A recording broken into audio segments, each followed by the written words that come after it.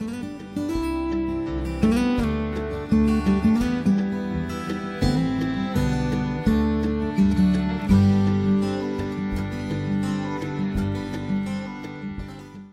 hello everyone and welcome to another episode here on the MIgardener channel. So hopefully I'm going to answer some of your questions because I'm answering viewer questions, and I find that usually when one person asks, there's several more that just don't want to ask because of several reasons. Maybe you think it's a dumb question, which there are no such thing as dumb questions, or sometimes people just think that it's a redundant question and it'll be answered later on anyways, and they just don't like speaking up. So whatever the reason is, hopefully I'm answering your question, if you've ever had it, because I'm going to be answering Stephen Walsh's question, and he asks, how do you protect your compost pile in the winter, or does it even need protection at all? Well, Stephen, let me tell you what, every single year I make it a habit to protect my compost pile. And I think it's a habit that a lot of people should be getting into. Now, compost piles don't need protection, but to save the quality of compost, it is really important because just like your regular garden soil, anytime you have weathering from rain or snow or melting, it actually leaches nutrients. And it's called leaching because what happens is the nutrients up in the top of this compost pile will slowly leach downwards. And when they leach downwards, you have compost, it's organic matter. It will still loosen your soil, but it loses the nutrients, the nitrogen, the phosphorus, the potassium, the micronutrients. Those all go through the soil or through the compost, and you'll notice that in the springtime you'll have a big ring of green growth right around the base of the compost pile. That's from leaching.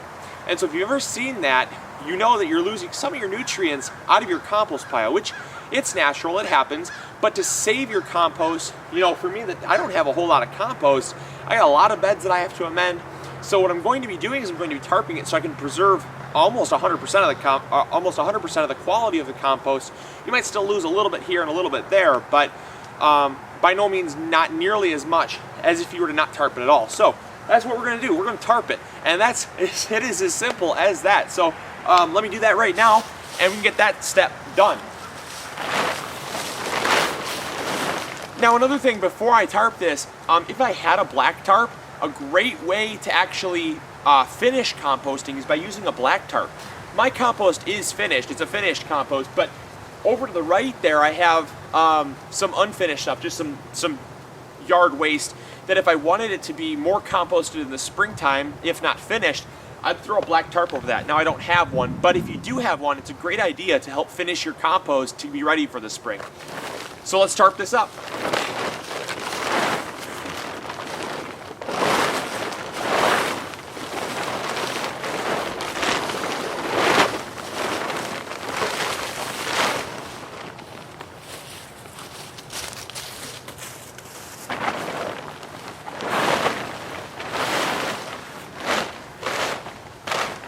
So there you go, Stephen. That is really all I do. You can also use garbage bags if you don't have a tarp, but really it's a good investment to have just because of the fact that nothing beats full nutrient-rich compost, and I have noticed a major difference in years past before I did it.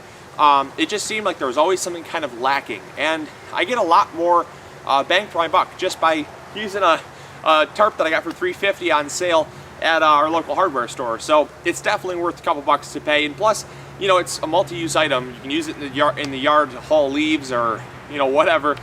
So it's definitely worth getting one. But hopefully that answers your question, and let's go on to the next question. Now the next question comes from Suzanne DeMark, and she asks, does parsley overwinter? And the answer to that is yes. A lot of people want to pull their parsley out. Don't do that. Parsley is actually a perennial, and many people end up pulling it out and when it would actually survive. Parsley is actually perennial up until zone 5. So we're at zone 5 here. Any higher up, you might have some problems, but you know what? Leave it in. Just leave it into the spring, and if it comes back, hey, it comes back, and the genetics will only get hardier as time goes on. So if it survives for you in zone 4, and you get that, you know, that lucky survival, grow it again, save the seeds, and grow it again, and grow it again, and grow it again.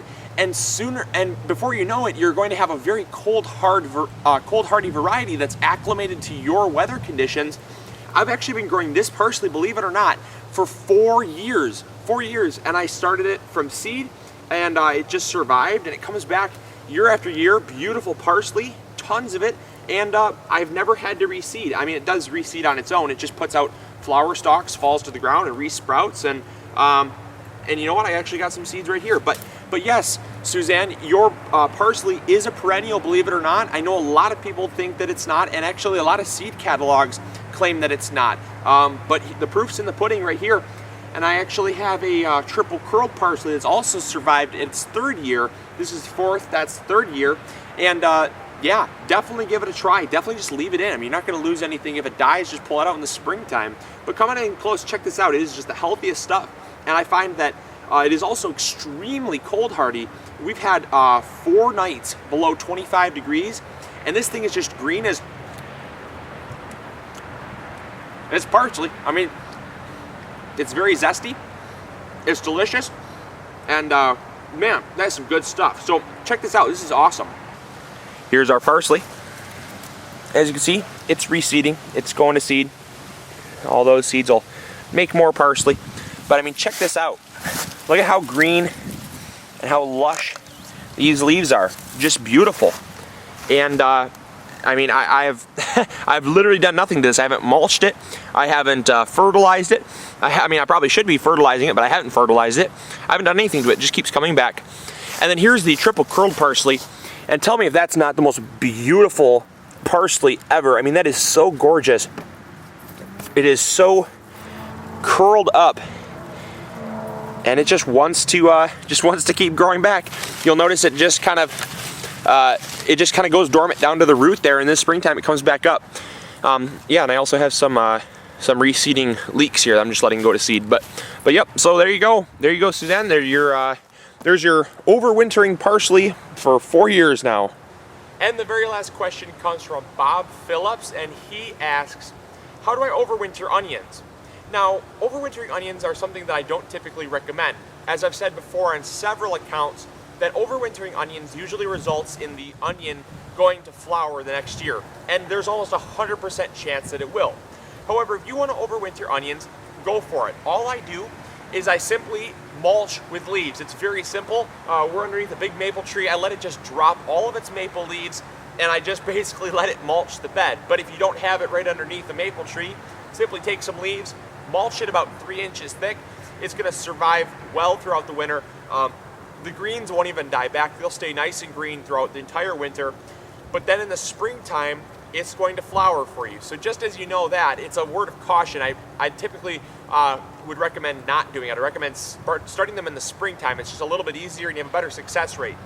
But the reason why I'm overwintering these onions, just as a side note, is I'm actually using these for seed. These were my Ailsa Craig onions that I started. I had beautiful, check out the video. I'll post a link in the description box about my giant onions. I harvested some giant onions, grew them myself from seed, and I was very proud of them, and they were so beautiful, so tasty, that I didn't want to keep buying seed. So I actually planted out this entire bed here of Ailsa Craig onions. I planted them in, I think, late July. I planted them in late July, and I got the greens started. They were about a foot tall. I put the greens in here, let them get nice and established, and I just I'm going to let them overwinter. And then next spring, it's going to send energy into a flower stalk. It's going to flower for me, and then I'll have tons and tons of Ailsa Craig onion seeds, enough to last me a couple years. So yeah, so that's why I'm doing that. But it is so simple to overwinter onions because they're just like anything else. Garlic, shallots, onions, you name it. If it's in the allium family, allium being onion, if it's in the onion family, even leeks are in the allium family, they can overwinter without a problem at all. So even if you don't mulch, they're going to be fine, but I find that I typically will mulch just for a little better success rate. So there you go. There are the 3 questions I decided to take for today's episode. Now, if you'd like to get in on the fun and share some Q&A opportunities, head on over to the Facebook page, because that's where I actually will say, hey, fellow gardeners, if you have any questions that you have for me, make sure to post them, because I'm filming a video, and then everybody just posts a massive list, and I pick a couple to film on. So that's what I did today. And so that's where the questions are coming from, if you all are wondering. So definitely head on over there so you can participate the next time I do one of these. I do hope to do a couple more. So yeah, that's all I got for you today, but hopefully you enjoyed, hopefully you learned something new. And if you do, please click the subscribe button and click the like button. Those definitely help me out because it lets me know that there's still more people interested in gardening. It keeps me fired up, keeps me going. And it's just cool to see everyone come out for these episodes. So I do have a lot more cool stuff. I have a lot cooler things coming in the winter time. So it's cold out. My brain just does not work at optimum capacity when it's so cold out here. So yeah, but that's all I got for you today. So I will catch you all later on next episode. Thank you guys for tuning in today. I'll catch you all later. Bye.